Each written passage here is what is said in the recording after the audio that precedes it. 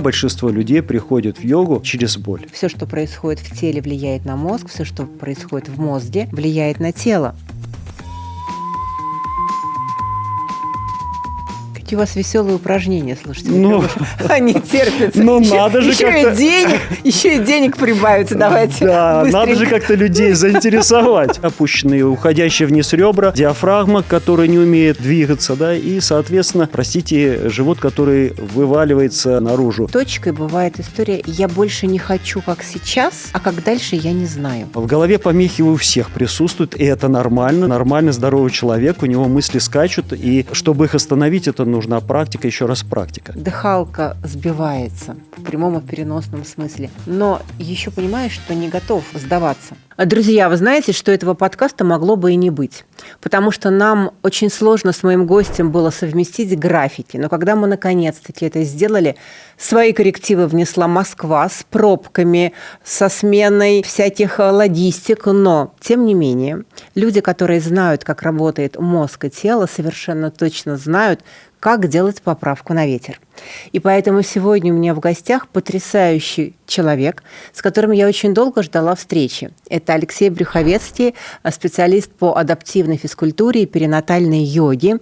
И самое главное, что мы с Алексеем вместе говорим в исключительно одинаковых категориях. В категориях доказательности, в категориях очень четкой привязки к различным исследованиям и в категориях правды. И именно поэтому мне очень интересно обсудить взаимосвязь мозга и тела через йогу, которую вы практикуете, я знаю, что уже почти 17 лет. Да, общий срок практики – это 17 лет, даже чуть больше. Пришел я в йогу уже достаточно взрослым человеком, после 40, из-за болезни.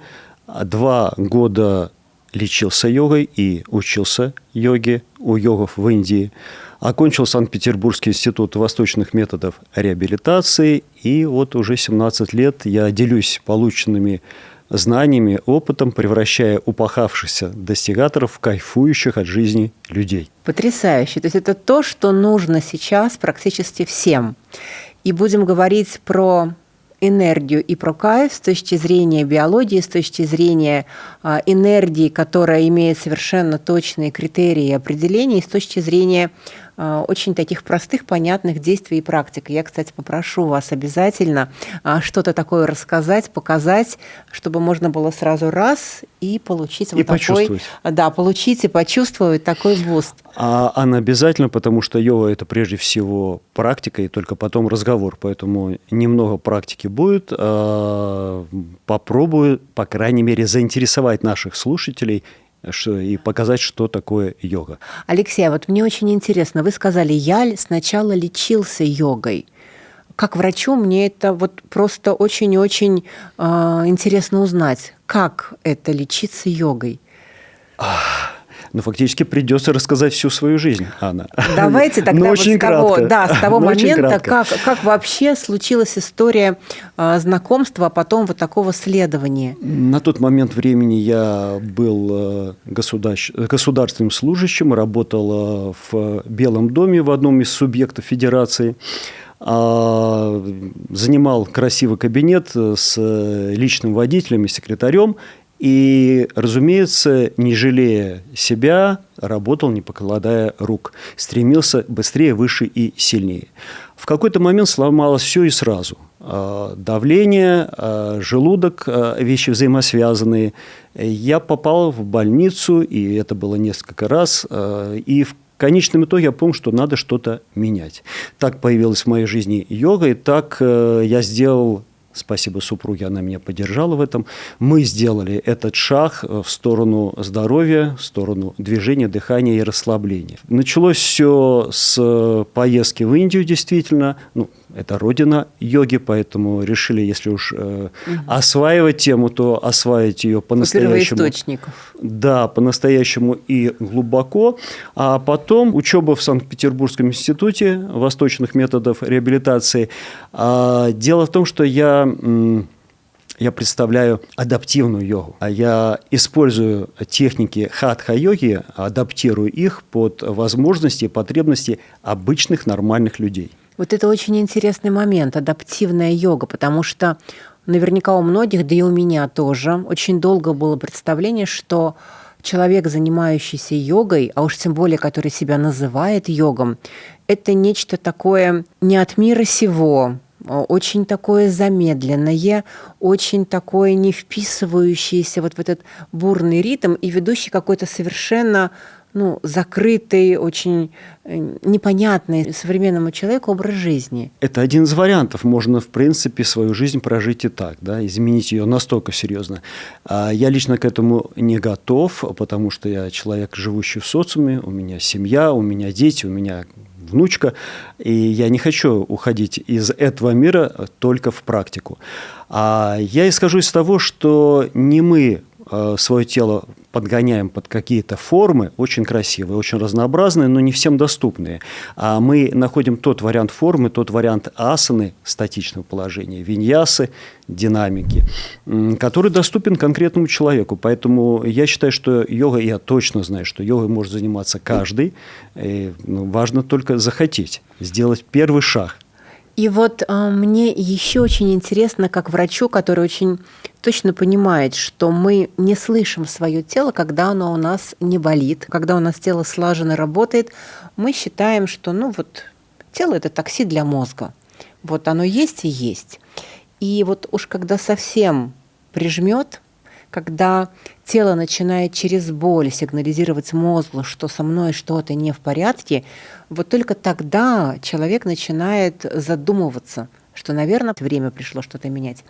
И вот такой вопрос. Вот ваши ученики, ваши подопечные, кстати, как вы их называете? Ученики, иногда клиенты, вот иногда ваши пациенты. Ученики, пациенты, клиенты, которые приходят к вам за помощью. Вот какой у них первый сигнал? Возможно, у вас есть какая-то статистика, который вот все-таки был той самой последней каплей или точкой поворота, что пришло время обратить внимание на себя, на свое тело, на свой уровень энергии. Что это обычно? Обычно это боль. Все достаточно банально, и моя история, она не уникальна. Как и я, большинство людей приходят в йогу через боль. Потому что возникла боль, да, потому что возник сигнал. Вообще я очень часто, когда меня спрашивают, что такое йога, есть классическое определение чита врити ниродха, есть остановка колебаний ума, замечательно. Я считаю, что йога – это диалог тела и сознания, тела и ума. Так вот, если тело посылает сигналы, и человек эти сигналы слышит, здорово, замечательно. Очень часто человек игнорирует эти сигналы, пропускает, и потом в любом случае организм о себе напомнит и очень жестко.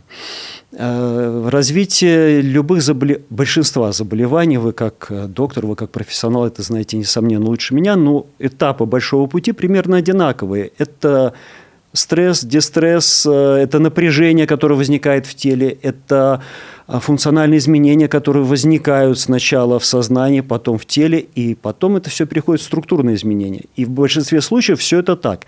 И это можно остановить, если услышать вовремя. Да, безусловно, потому что мозг верит телу прежде всего.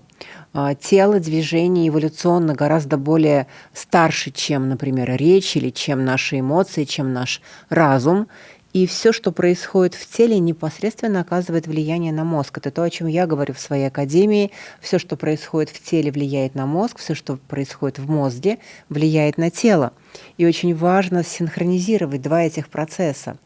И вот боль, она наверняка где-то в теле, да, у тех людей, которые приходят к вам и говорят: Алексей, помогите. То есть, скорее всего, я могу предположить, это поясница, это шея, это грудная клетка, то есть там, где идут максимальные зажимы. Вы очень профессионально определили основные болевые точки, действительно так. И, кстати, это не обязательно грыжа в поясничном отделе, да, это, кстати, гипердиагностика очень часто, у меня грыжа, и поэтому болит. Это возможно, но очень часто это эмоциональные какие-то составляющие, которые включают эффект, я называю его эффект черепашки. Человек сжимается, втягивает свою шею в свои плечи, пытается спрятаться от проблемы, от дистресса, уйти от своих страхов.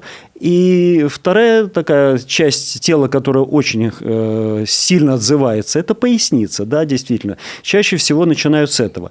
А там, если покопаться, обычно всплывает еще что-то, первое, второе, третье. Да, как матрешка. Ну, кстати, вот Да. это очень интересно, когда мы находимся в стрессе, мы же все-таки существа млекопитающие, мы все-таки хищники, да, у нас сразу в холке возникает напряжение, то есть нам нужно обороняться или нам нужно спрятаться. И вот это напряжение, оно очень четко как раз-таки показывает, в каком состоянии находился долгое время человек. Это очень интересно. Я чаще сталкиваюсь, что это все-таки не стремление обороняться в силу того, что стресса много, и это фактически дистресс, а это все-таки страх. Страх, Да. это прирастает в страх постоянно, и человек сам это не замечает. Это влияет на... И действительно можно проводя осмотр, работая я достаточно много работаю индивидуально, у меня есть клиенты, которые работают по моим оздоровительным программам, и это возможность встретиться со мной и онлайн, и офлайн. А в отличие от групповых занятий, я их провожу только сейчас онлайн. Так вот, когда встречаешься с человеком и делаешь осмотр, проводишь тест, это видно сразу. И, кстати, во многих случаях тема актуальна для многих женщин. И запрос на, простите, плоский живот, как подтянуть живот, как сделать себя стройнее, очень часто проблема не плоского живота связана как раз с эмоциональным состоянием. Конечно. Опущенная грудная клетка, опущенные уходящие вниз ребра, диафрагма, которая не умеет двигаться, да, и, соответственно, простите, живот, который вываливается наружу. И зачастую достаточно поставить дыхание, выровнять внутрибрюшное давление, запустить работу кишечника, да, полноценно. И, в общем-то, и уже происходят видимые изменения. Кишечник – второй мозг, не зря говорят, и эта связь мозг-кишечник, она изучена уже очень хорошо, и каждый раз подтверждаются результаты этих исследований. И поэтому прямо стоящий человек, прямо ходящий человек – это уже, кстати, для мозга очень важный сигнал. Глаза смотрят вперед. Когда я тоже разговариваю с теми, кто приходит ко мне учиться, первое, с чего мы начинаем всегда, это с осанки. Первое, с чего мы начинаем, это с расчерчивания нейрогеометрических осей и смотрим, куда идет отклонение. Потому что очень много энергии нашего тела уходит на то, чтобы мы просто прямо ходили, на вот этот договор с гравитацией. И если идут дополнительные зажимы, дополнительные перекосы, вся энергия уходит на то, чтобы поддержать и эти перекосы тоже, обслужить перекосы. Вы знаете, Анна, я не знаю, если пользуетесь вы этим термином, есть такой термин в йоге «выравнивание».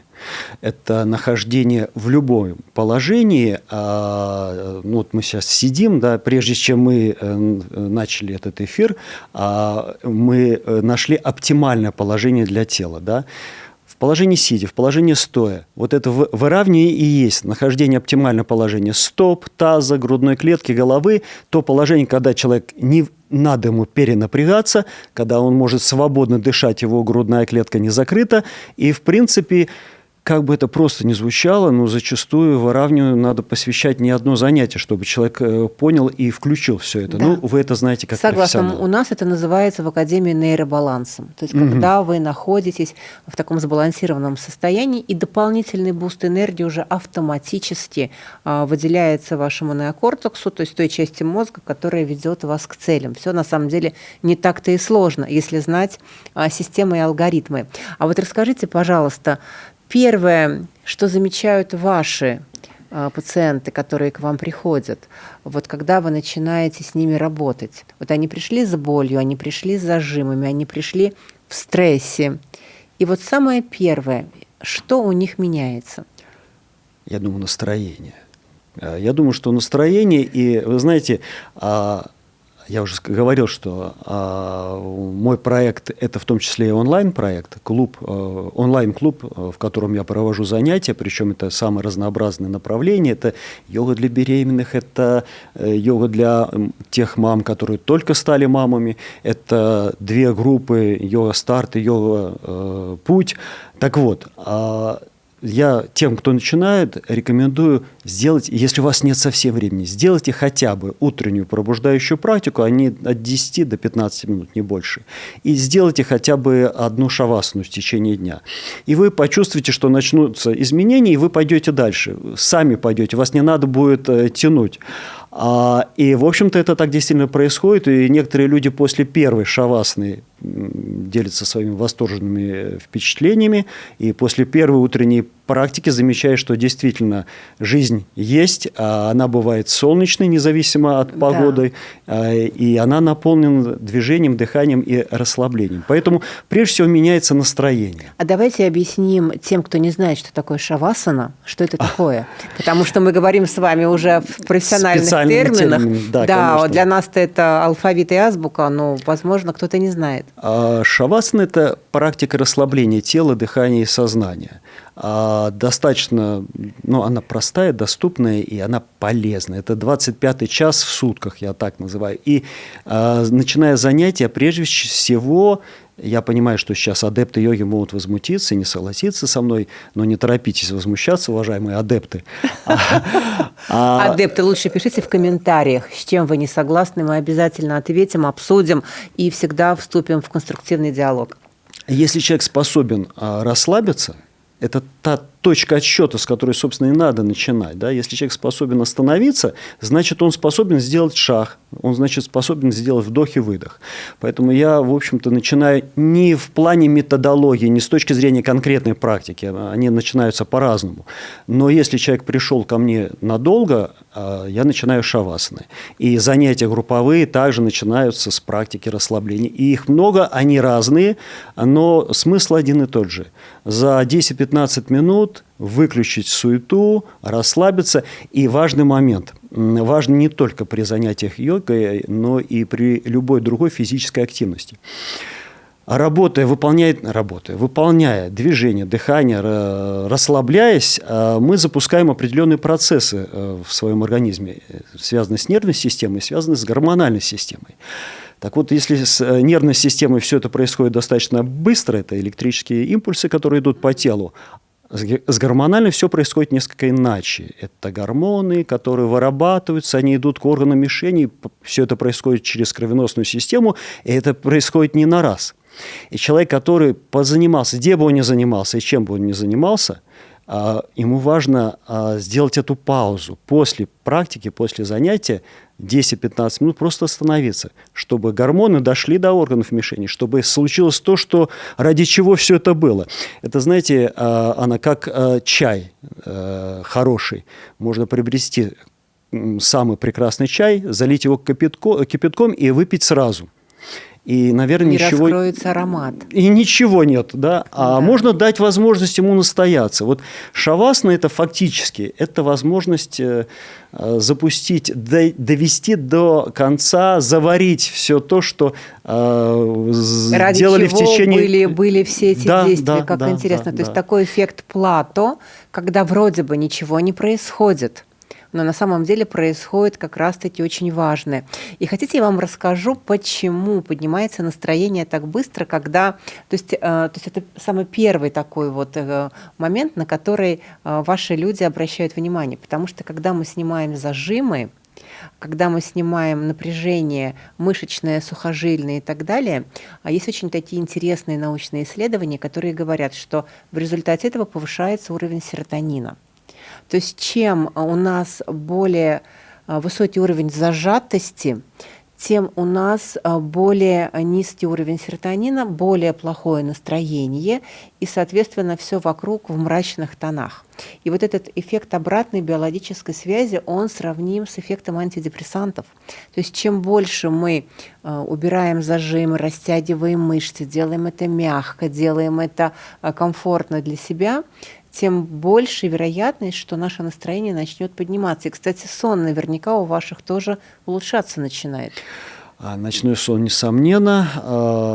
Я, в общем-то, опять же, адепты йоги сейчас могут возмутиться, но я не противник. Если человек, особенно новичок, придя на занятие, вдруг во время шавасаны заснул, классических вариантах это недопустимо. И если человек, он решил посвятить всю свою жизнь йоге, то, конечно, это просто неприлично спать во время шавасаны. Дурной тон. Дурной тон, да. Но если человек живет обычной жизнью, ходит на работу, воспитывает детей, кормит семью, то, в общем-то, это нормально. Уставший человек засыпает. И слава богу, потому что в любом случае эти 10-15 минут будут в плюс. Они позволят ему переключиться, они выключат состояние стресса, они расслабят его, и произойдет то чудо, о котором вы так подробно рассказали.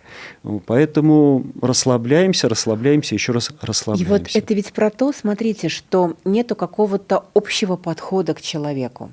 Есть понимание, что сейчас происходит с конкретным человеком, в какой степени напряжения находится его нервная система, что, в принципе, в его контексте жизни происходит. И то, что подойдет, например, мужчине, не подойдет женщине. То, что подойдет женщине, будет совсем неприемлемо для мужчины.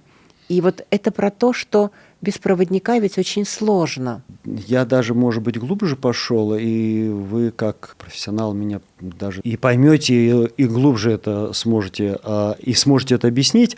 Это не только разница на уровне мужской и женской практики, это фактически разница на уровне практики каждого конкретного человека. Если человек хочет получить конкретный результат, то, по большому счету, эта практика должна быть индивидуальной. Ну, потому что мы все разные. По возрасту, простите, мужчины, женщины, возраст. У кого-то 5 детей, у кого-то 1 ребенок, у кого-то работа стоячая, у кого-то сидячая. Тысячи нюансов, которые надо учитывать. И, в принципе, через тело все эти нюансы можно получить результат. И работая, практикуя, занимаясь через тело, как мне кажется, это самый простой, доступный и безопасный путь к своему изменению своего сознания, изменению своего здоровья. Если это делать, конечно, осознанно, не ломая себя и не выходя из зоны комфорта. Да, не ломая себя, потому что вот зона комфорта, согласитесь, очень многие понимают неверно этот термин. Когда я объясняю, например, своим ученикам в той же самой программе «Фундамент жизни», когда мы говорим об энергии, что зона комфорта – это важнейшая часть, которую нужно сначала создать для того, чтобы идти дальше, покорять вершины. Потому что на новое нам нужно в 9 раз больше энергии, чем на привычное. И если у вас нету той самой нейробиологической зоны комфорта, что подразумевает запас энергии, подразумевает ваше комфортное гормональное состояние, подразумевает ваш нейробаланс, вот это вот состояние «я могу». Не просто «я хочу», а «я могу». Профессор Амосов об этом говорит как о преадаптации. То есть прежде чем адаптироваться, создайте себе возможность избыточных навыков для того, чтобы вам было из чего адаптироваться. И вот этот момент, который меня, кстати, очень привлек в вашей философии, что у вас идет очень персонализированный подход к человеку, и история про то, что если ты устала, нужно сначала выспаться.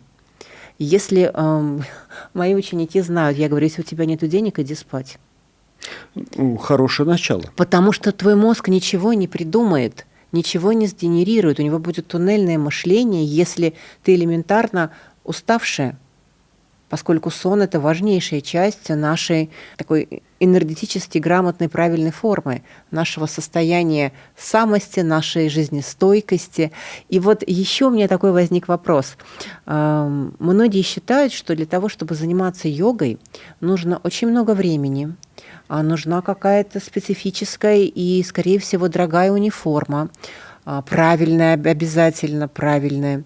Нужно прям вот очень-очень быть, ну, скажем так, в хорошей физической форме. То есть мы сначала подготовим форму, физическую форму, форму, которую на себя наденем, и только потом мы начнем этим заниматься. Первый шаг. И только потом сделаем первый шаг. Вот развейте этот миф, пожалуйста, насколько это не так или так. Вы знаете, кстати, в этом и есть преимущество онлайн-йоги, потому что не требуется специальной формы, вы наедине с собой. Коврик, в общем-то, тоже это не самое главное, можно начать практику и без него. Важно, чтобы вы нашли удобное положение, где вы потом выполните шавасану, и удобное положение, где вы можете выполнить дыхательную практику. Конечно, настоящие йоги, они сидят прямо на голом полу, а в некоторых случаях еще и на гвоздях. Да? А говорю с иронией, потому что я не сторонник гвоздистояния, Я вас гвоздисидения. поддерживаю. Но для нормального человека привычнее и нормальнее, мы же с вами сегодня не в позе лотоса ведем этот эфир, да. а сидим в удобных и прекрасных креслах. Поэтому как минимум стул, да, чтобы человек сел и чувствовал себя привычно, комфортно, ничто его не отвлекало. Еще одна тема, которую, скорее всего, вы с ней и сталкиваетесь, и используете, это медитативные техники, о которых много говорят, и сейчас под медитацией понимают многие, часто по термину медитация понимают и техники расслабления, и техники концентрации, и различные аффирмации, но если все-таки это медитация в чистом виде, то сначала надо создать условия, убрать те помехи, которые мешают сосредоточиться на конкретном объекте наблюдения. А в голове помехи у всех присутствуют, и это нормально. Нормально здоровый человек, у него мысли скачут, и чтобы их остановить, это нужна практика, еще раз практика. Но сначала надо человеку сесть так, чтобы ему было удобно, и не обязательно это делать в позе лотоса, сидя на полу. Лучше это сделать привычно на стуле. Надо выключить, может быть, членов семьи, которые могут маму дергать за рукав и с разными вопросами. Но на 15-10 минут это надо отключить.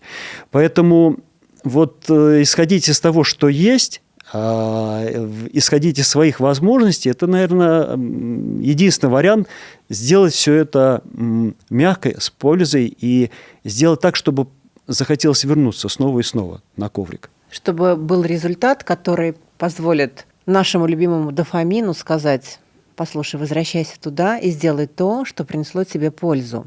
То есть, получается, нужна комфортная одежда, которая не стягивает. Удобно, это могут быть обычные тренировочные брюки, шорты, майка, все что угодно, да? Все, что окажется под рукой. Все, что окажется под рукой. Даже в любимых пижамах и шортах для дачи, пожалуйста. Если это йога онлайн. Да. В клуб к себе, конечно, выйти куда-то в фитнес-зал, это, наверное, женщины не позволят. Да, мы говорим о том минимальном наборе инструментария, ресурсов, которые нужны, чтобы посвятить своему телу 15 минут. То есть те самые 15 минут, когда вас никто не отвлекает, и комфортная одежда, которая вас не стягивает, в которой вам удобно. Анна, я позволю даже еще упростить. Я сегодня покажу несколько техники. В принципе, я в хорошей одежде, но она явно не для спорта. Но при всем, какие-то техники можно выполнить и так, сидя в офисе даже. А важно, наверное, прежде всего, все-таки это желание. А все остальное – это составляющие не принципиальные. Да, хороший коврик, конечно, это важно. Хороший коврик – это приятно, но это не первично. Можно начать на этом ковре заниматься, можно начать заниматься на этом стуле. Главное – принять это решение и сделать это шаг. Из точки решения. Действовать из точки решения. Да. И вот самый яркий какой-то случай, который, возможно, поможет тем, кто нас сейчас смотрит. Самый яркий случай из вашей практики, чтобы показать людям, что это работает, что это действительно помогает. Вот точка А и точка Б, допустим, было совсем все плохо, и даже, возможно, может быть, врачи отказывались, или человек в себя не верил, что у него получится. И в результате работы с телом, в результате смены парадигмы, скажем так, взаимодействия мозга и тела, произошел такой интересный случай. Анна, о звездных клиентах я не могу рассказать по объективным причинам. Да, мы все подписываем. Я расскажу историю, которой поделилась моя ученица, которая занимается в клубе уже достаточно давно. Лада, это ее настоящее имя. Исходные было 130 килограмм вес, боли в спине, в пояснице и в коленях, пониженное эмоциональное состояние, подавленное, и стойко уверен, что это нормально, потому что все так, и мама так, и моя жизнь такая. И нечего и начинать, раз ни у кого не получилось. Все так живут, и это... Сколько Ладе лет? Начинала 50 лет. Ну, то есть возраст такой В достаточно общем-то, замечательный яркий. возраст. Я как человек, который... Замечательно яркий. Мы с Да. вами знаем, что это точно так. Да, у меня это было 10 лет тому назад, поэтому я понимаю, что это замечательный возраст. Да, собственно, в каждом возрасте есть свои преимущества. В какой-то момент, важный, наверное, составляющая, мотивация, да, сын задал маме вопрос: мама, а ты понимаешь, к чему все это может привести, ты понимаешь, к чему ты идешь? И вот это ее переключило, а Лада изменила отношение к себе, к своему телу. Прошло 2 года. 65 килограмм. Цифра реальная. Это, я понимаю, что это не только йога, это тоже, это, конечно же, изменение отношения. Это все комплекс. Это питание, жизнь, отношение к себе и к окружающему миру. Боли в спине прошли, проблема опущения решена, прекрасное эмоциональное состояние. Лада живет в состоянии жить, быть, любить. И, в общем-то, и с удовольствием делится вот своими ощущениями, своими переживаниями. Да, то есть в 2 раза человек стал стройнее. То есть 130-65, было 130, стало 65. Это же совершенно другая история жизни началась. Поэтому я всегда говорю, что вторая половина жизни может и просто обязана быть ярче.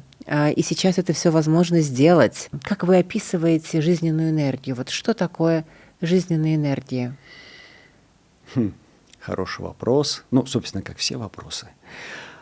Наверное, это состояние внутреннего понимания себя, понимания, кто ты, для чего ты в этой жизни, ощущение этой жизни, осознанность. Слово сейчас очень такое распространенное, но по-настоящему. Получать удовольствие от каждого вдоха. Да? Вот почувствовать. Есть такая интересная техника, мы не будем ее сегодня делать, но те, кто придет ко мне в клуб, обязательно попробуют. Попробовать почувствовать радость от каждого вдоха. Для этого достаточно сделать небольшую паузу перед вдохом, не задержку дыхания, а просто пауза. И поймать этот момент, когда хочется сделать этот вдох. Да? И почувствовать, как наполняешься жизнью, радостью, энергией, солнечным настроением. Почувствовать радость каждого выдоха. Для этого тоже достаточно сделать просто паузу. Все начинается с остановки. Да? Сделал паузу, почувствовал необходимость сделать выдох и наполняешься радостью расслабления, покоя, умиротворения. Поэтому, наверное, вот в этом ответ на ваш вопрос. Осознанное понимание того, что происходит, как это происходит. И в этом плане практика йога дает эту возможность. Через тело мы начинаем, мы этот навык вырабатываем на коврике. Мы сходим через 30 минут, через час коврика и попадаем в жизнь, в большую жизнь. Размер коврика значительно меньше, чем размер нашей жизни. И там этот навык, он обязательно пригодится. И более того, этот навык через некоторое время, у кого-то через год, у кого-то через 10 лет, друзья, это очень все, мы все индивидуальны, прирастает в опыт понимания, что, как, почему. Да? Начинаешь лучше понимать людей, начинаешь лучше понимать себя. И, повторюсь, все это начинается просто с работы с телом. Через тело мы лучше узнаем себя. Все достаточно просто, но, к сожалению, не знаю, как вы, кстати, это я позволю себе вопрос вам задать. Как ваши клиенты, как ваши пациенты, как ваши ученики понимают, что надо сделать этот шаг, и как это у вас получается? Знаете, вот это вопрос действительно очень такой интересный, потому что для каждого ответ на него свой. Но у тех, кто приходит учиться ко мне в академию, обычно вот такой точкой бывает история «я больше не хочу, как сейчас, а как дальше, я не знаю». Потому что ко мне приходят совершенно неглупые люди, которые точно могут трезво оценивать ситуацию, которые готовы учиться, которые ищут решение вопросов. И вот этот вот вопрос «я не знаю, как дальше», но точно понимаю, что как сейчас не хочу, потому что знаю, что много еще могу дать этому миру. Я еще готов или готова просто кучу дел переделать, но не может, силы кончились. Дыхалка сбивается в прямом и в переносном смысле. Но еще понимаешь, что не готов сдаваться. И вот такой диалог с собой, он очень определяющий. он очень про то, чтобы пойти и начать искать решения, потому что я всегда за простые, понятные и, самое главное, безопасные технологии. Так же, как и вы рассказываете, очень важно, не ломая зону комфорта, не снося несущие конструкции, а подбирая для человека тот рецепт, который поможет ему вернуться к базовым настройкам. Ведь, согласитесь, мы устроены идеально, мы созданы идеально. Природа позаботилась обо всем. Природа, она невероятная умница, и у нее нет задачи сделать нам плохо или больно. К сожалению, больно или плохо мы делаем себе сами за счет незнания законов нейробиологии, законов собственного устройства. И я невероятно счастлива, что есть такие люди, как вы, в том числе, которые возвращают человека к его балансу. И вот как вы, кстати, видите, что у человека энергия на нуле? Я потом расскажу, как это вижу я, но вот насмотренность же большая.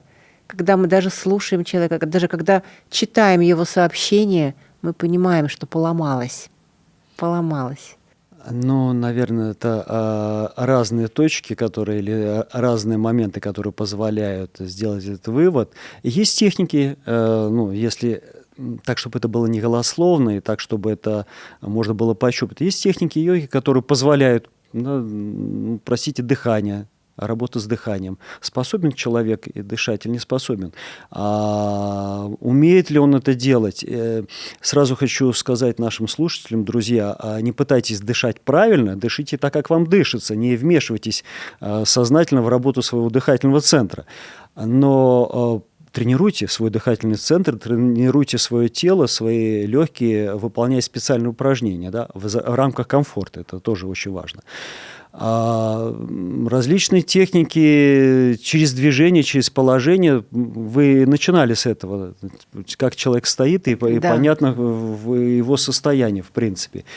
Поэтому о чем он пишет и о чем он говорит, если это общение в соцсетях. Действительно, можно часто понять, человек бежит, или он остановился и готов услышать, да, и готов принять.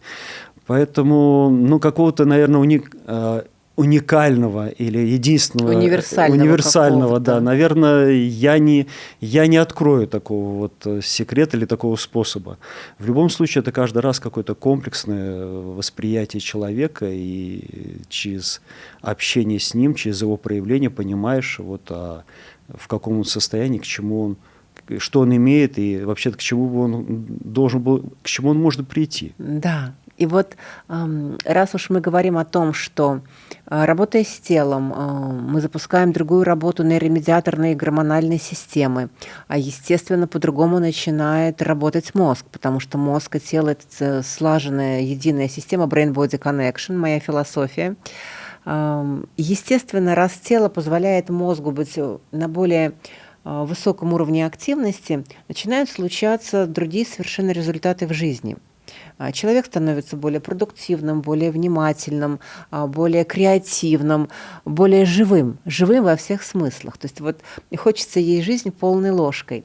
Я это очень хорошо вижу у своих студентов, у своих учеников, когда вот этот вопрос, а что так можно было? Столько успевать, столько делать, столько планировать и реализовывать. Вот у ваших как? Какие результаты на простых бытийных событиях?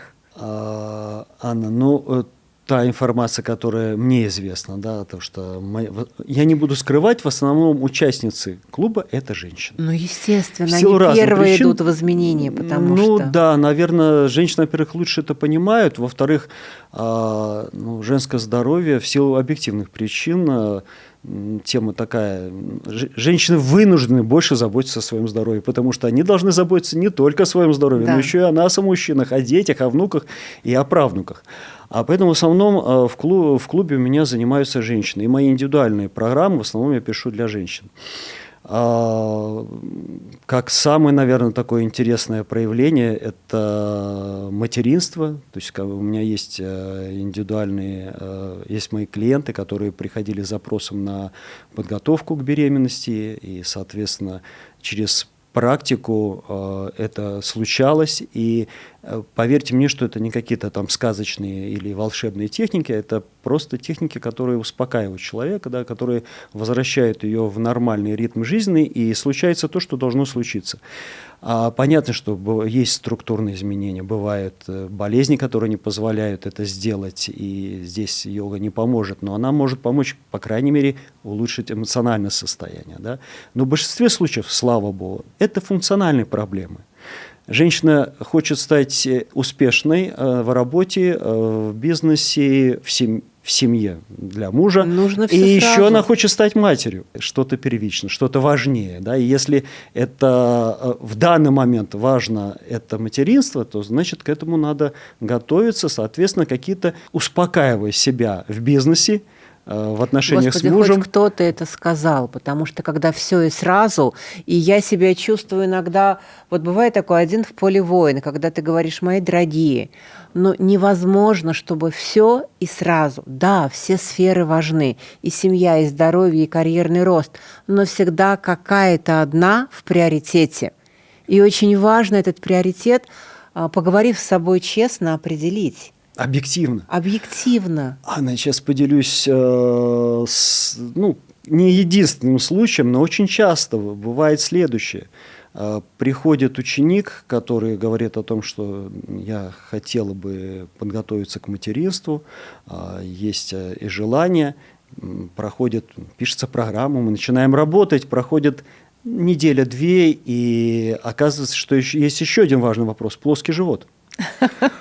И это взрослые люди в основном, это не девочки приходят взрослые женщины. И когда начинаешь беседовать и объяснять, что вещи не совсем совместимые, если вы хотите стать, он физически через некоторое время будет не плоским. Конечно. Поэтому зачем он вам сейчас плоским?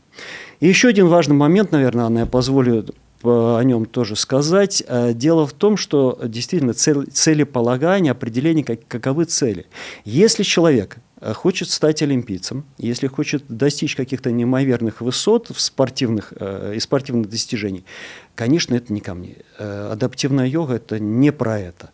Это не хорошо, не плохо, это данность. Спортсменом, олимпийцем не станешь. Рекорды покорения невозможно в режиме вот этого комфортных, спокойных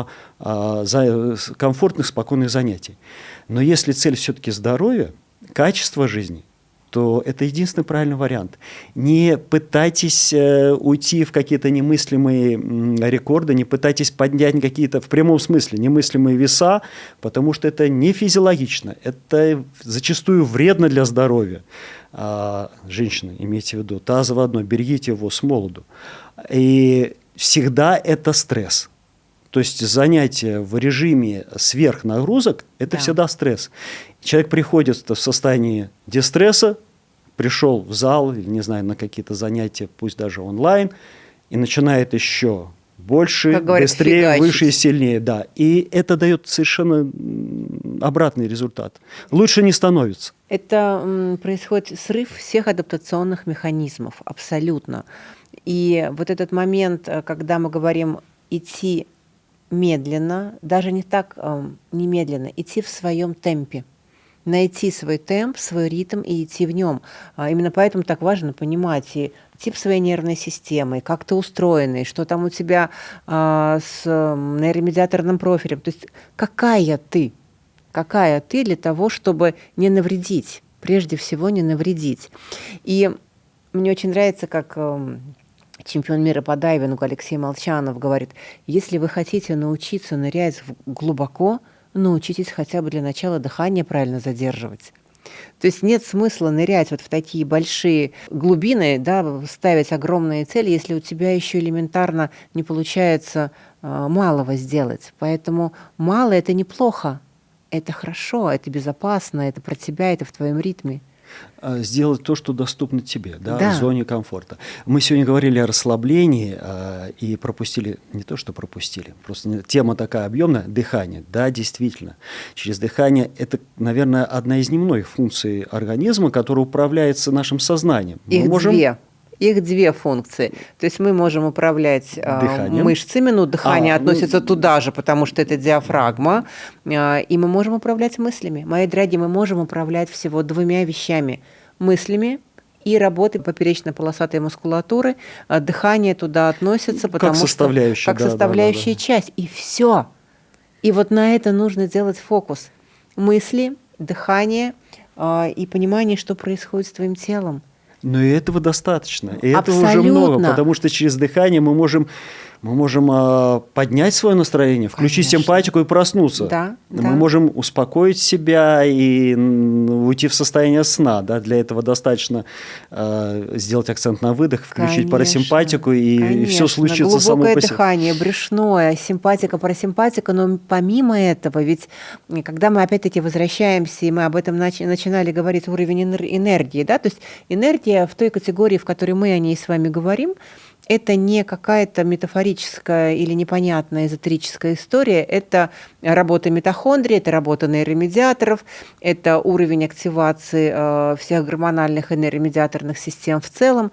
И, по сути, это количество молекул АТФ, которые вырабатываются митохондриями. Митохондрии – это такие маленькие органеллы в каждой живой клетке, которые являются нашими энергостанциями. И вот 80% от нашего любого вдоха забирают митохондрии для того, чтобы просинтезировать очередной буст энергетических молекул АТФ.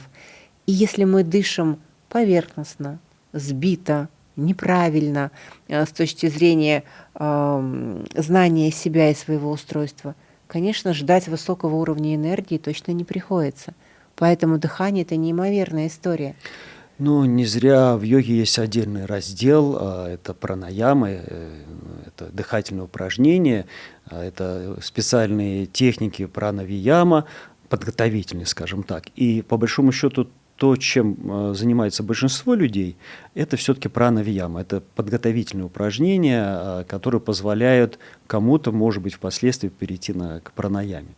Это фактически работа с задержками дыхания. И еще раз подчеркну, дорогие друзья, что все это надо делать разумно, в зоне комфорта, не должно быть каких-то головокружений, каких-то космических ощущений, которые через дыхание можно включить, но это не должно быть целью. Гиперкапния, да, то есть на увеличение уровня газа. Это не очень хорошо газа. для вашего здоровья, не очень хорошо для организма, поэтому с этим играть не стоит. Баловаться точно нет. Друзья, напишите, пожалуйста, насколько вы практикуете какие-то дыхательные практики и вообще работу с телом. Есть ли у вас какой-то базовый набор своих упражнений, рутинных, ежедневных, которые помогают вам сонастроиться с собой, поднять уровень бодрости, энергии. Если нет, то тоже напишите, мы будем знать, о чем говорить дальше.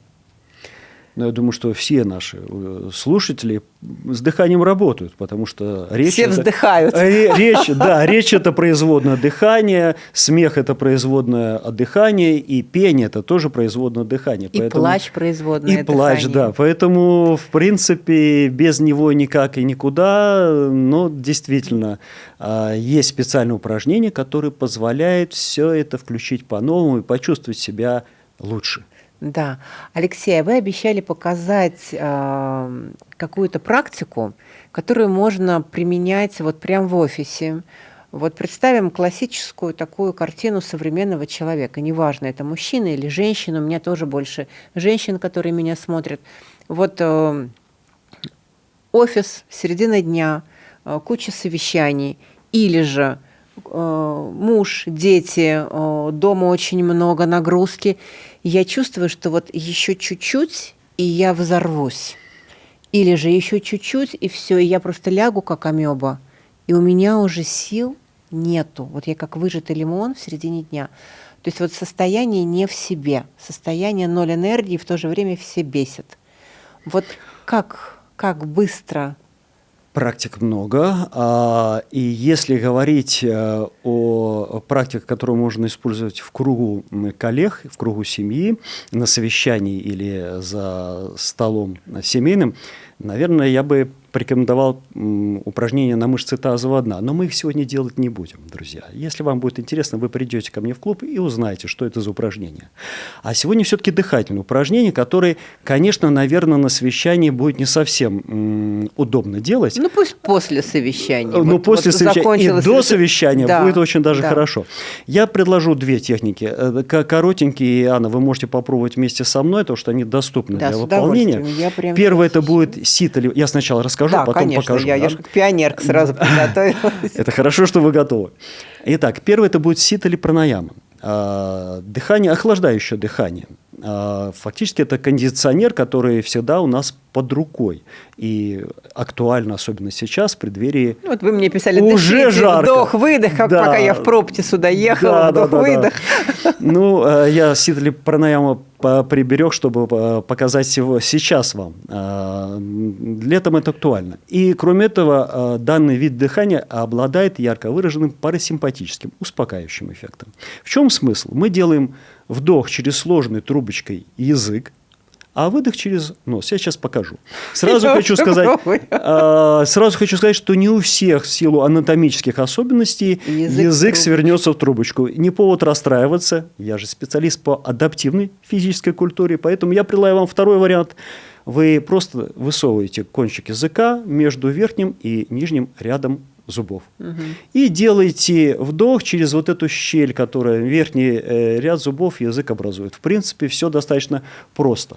Ну, а теперь, друзья, давайте сядем поудобнее, выровняем. Я специально обращаюсь к вам, друзья. Выравниваем свое тело. Прежде всего спину, найдите удобное положение, поерзайте. Если вы засиделись, слушая нас, поерзайте, почувствуйте свои седалищные кости. Раскройте грудную клетку, макушка вверх, плечи, лопатки вниз. Ладони можно положить на бедра. Итак, мы делаем вдох через сложную трубочкой язык, попробуем этот вариант, а выдох через нос, спокойно и мягко. Пожалуйста, дышите в естественном режиме. Амплитуда, частота дыхания не нарушается, меняется алгоритм.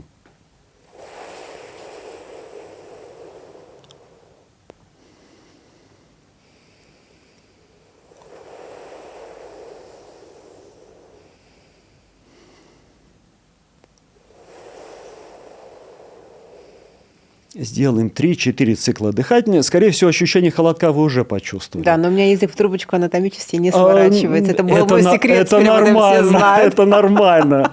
Значит, можно попробовать просто достать кончик языка. Да, я была адаптивным вариантом. Прекрасно. Самое главное, что вы не восприняли это как камень преткновения. Вообще нет. Вариант есть всегда. Каждый найдет свой вариант. Ощущение холодка, скорее всего, вы почувствовали. Конечно, эмоциональное состояние за 2-3 дыхательных цикла не изменится, но я попрошу вас после этого эфира попробовать продолжить и выполнить эту практику без нашего участия. Все достаточно просто. Если что-то непонятно, вы можете еще раз посмотреть этот эфир. В комментариях напишите, как у вас получилось, не получилось, потому что будут контакты Алексея, будут ссылки на все его соцплощадки, где его можно найти. Но нам важно знать, что вы нас слышите, что вы пробуете, что вы делаете, какой результат вы получили. Еще важный момент. Пожалуйста, не подстраивайтесь под мой ритм дыхания. Каждый дышит по-своему. Кто-то чуть глубже, кто-то чуть мягче, кто-то дольше. Не подстраивайтесь под мое дыхание. И вторая практика, она более динамичная, будет движение. Мы соединим, это третий, наверное, момент, о котором мы сегодня поговорили, о расслаблении, о дыхании и, конечно, движение. Движение – это жизнь. Но правильное движение – это жизнь. Поэтому придется нам подвигать руками. Я позволю отодвинуть микрофон. Сначала расскажу, наверное, что будем делать. Итак, это простые движения правой и левой рукой. Я не снимая пиджака буду это делать. И специфичное дыхание, опять же дыхание. Мы делаем вдох через нос, а выдох через сложной трубочкой губы. Возможно, будет свист. Ну, я постараюсь, конечно, посвистеть. Редкая возможность посвистеть в студии на камеру. Друзья, сразу хочу сказать, денег от этого в семье меньше не становится, проверено только больше. Поэтому смело свистите, если не умеете свистеть. Если не получается, можете не свистеть. Вы просто складываете губы трубочкой и делаете спокойный, мягкий выдох. Какие у вас веселые упражнения, слушайте. Они терпятся. Ну, надо же как-то... Еще и денег прибавится. Давайте Да, быстренько. надо же как-то людей заинтересовать. Итак, друзья, движение будет следующее. Сначала буду поднимать правую руку. Важный момент. Каждое последующее движение по амплитуде чуть больше, чем предыдущее. Не стремитесь поднимать высоко и быстро. Поднимайте мягко, почувствуйте плотность воздуха под своими ладонями. Потом левую руку. И потом, если время позволяет, Анна, я позволю себе сделать движение... А я посмотрю. Как раз-таки вот у нас время на вашу практику. Да. Мы все правильно... Движение двумя руками. Итак, я убираю в сторону микрофон. Опять же, выравниваем тело. Раскрыли грудную клетку. Сосредоточьтесь. Настройтесь на практику. Даже если это короткая практика, она будет минуты 3, наверное, длиться. На вдохе мы поднимаем вверх правую руку и мягко ее опускаем. Очередной вдох. Рука чуть выше. Чуть выше рука на очередном вдохе.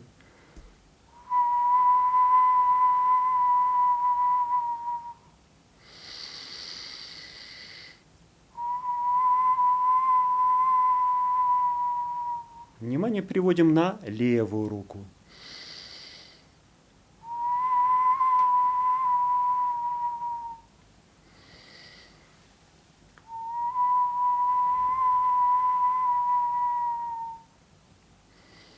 С каждым движением рука поднимается все выше и выше. Выдох делаем через сложной трубочкой губы.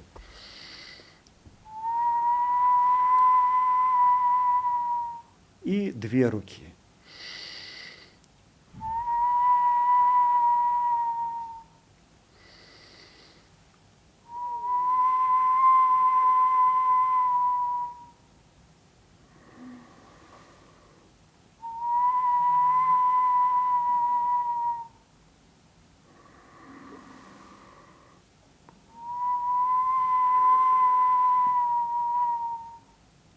На очередном выдохе опустили ладони на бедра, глаза закройте, прислушайтесь к своим ощущениям. Короткая практика, но даже, возможно, она дала возможность почувствовать изменения ощущений. Почувствуйте удовлетворение от того, что вы сделали, радость от того, что вам предстоит сделать. Замечательно. А теперь мягко на вдохе вытянулись макушкой вверх, на выдохе расслабляем шею и открываем глаза. Конечно, эта практика, это буквально несколько движений, она выполняется от 10-15 минут, но действительно практика концентрации, практика динамической концентрации, она прекрасно переключает, перезагружает разные техники для разных случаев жизни. Шавасана расслабит, а если вам надо в течение рабочего дня после одной встречи настроиться на другую, прекрасно вот посвистите, подвигайте руками, и вы почувствуете, что вы не укачали себя, вы не ушли в сон, а вы переключили себя, перегрузили. Я прям на вас так завороженно смотрела и понимала прям, что это действительно переключение нейросетей. И это невероятно, что можно вот так просто, легко. Никто не скажет, что шеф сошел с ума, он опять свистит. Раз шеф свистит в кабинете, значит, следующее совещание будет через 5 минут. Возможно, групповое выполнение этой практики. Ну, это, кстати, на самом деле очень хорошо работает. И я невероятно рада тому, что то, что вы даете в своем клубе женщинам, очень синхронно с тем, что я даю в своей академии. И вот это вот сочетание науки, прикладных моментов, жизненного опыта и, самое главное, бережного отношения к людям, когда нету вот этой конвейерной истории, а есть понимание, что с тобой так, а вот с тобой так, а тебе нужно вот так. Если ты заснула, это значит так и нужно сейчас. Вот это очень близко и моей философии, и я очень рада, что и ваша философия абсолютно гармонирует с тем, что даю я как врач, а вы как специалист по адаптивной физической культуре, и это невероятно. Поэтому, друзья, мы будем сейчас завершать, но на самом деле я уверена, что для вас только все начинается. Вот это начало познания себя, своих возможностей с пониманием, что вторая половина жизни совершенно точно может и просто обязана быть ярче, вкуснее, насыщеннее, чем первая. Иначе зачем была первая? И мы с Алексеем это совершенно точно подтверждаем и можем даже справки вам выдать. Всего доброго, и не забывайте подписываться на канал, ставить лайки, писать комментарии, жать на колокольчик, потому что так мы поймем, то, что мы делаем, вам точно нужно и интересно. И до встречи на ковриках.